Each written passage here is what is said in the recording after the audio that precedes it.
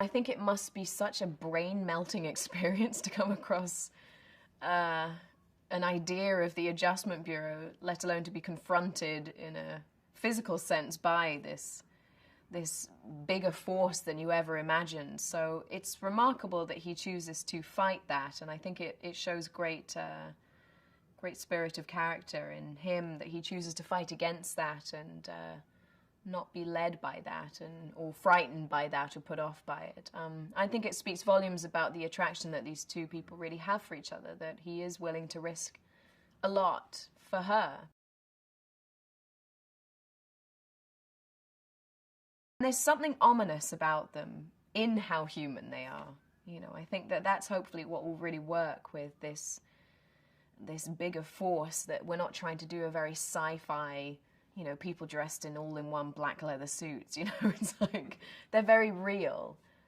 There's something frightening in how real they are and the power that they have and how human, normal they look.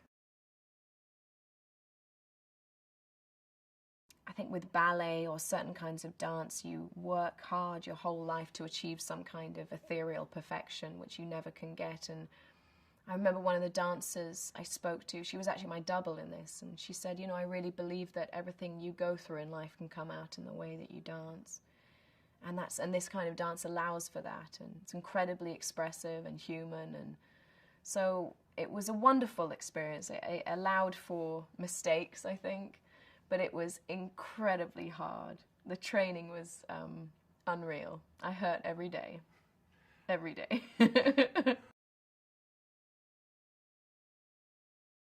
I just thought, oh, thank God this man has written a feisty, strong, layered, complicated girl who can kind of hold her own, and she's tough, but she's vulnerable, and there was a lot to play with. The dialogue was great, it was witty, it was bantery between them, and I recognized it, you know, I recognized it as how, like, people really talk, you know, and so that jumped out at me, the relationship and the connection, and how it didn't seem contrived how they fell in love. They almost fell in love through laughing at each other, and it was that secret language. I thought he managed to capture the secret language between two people when they're in love.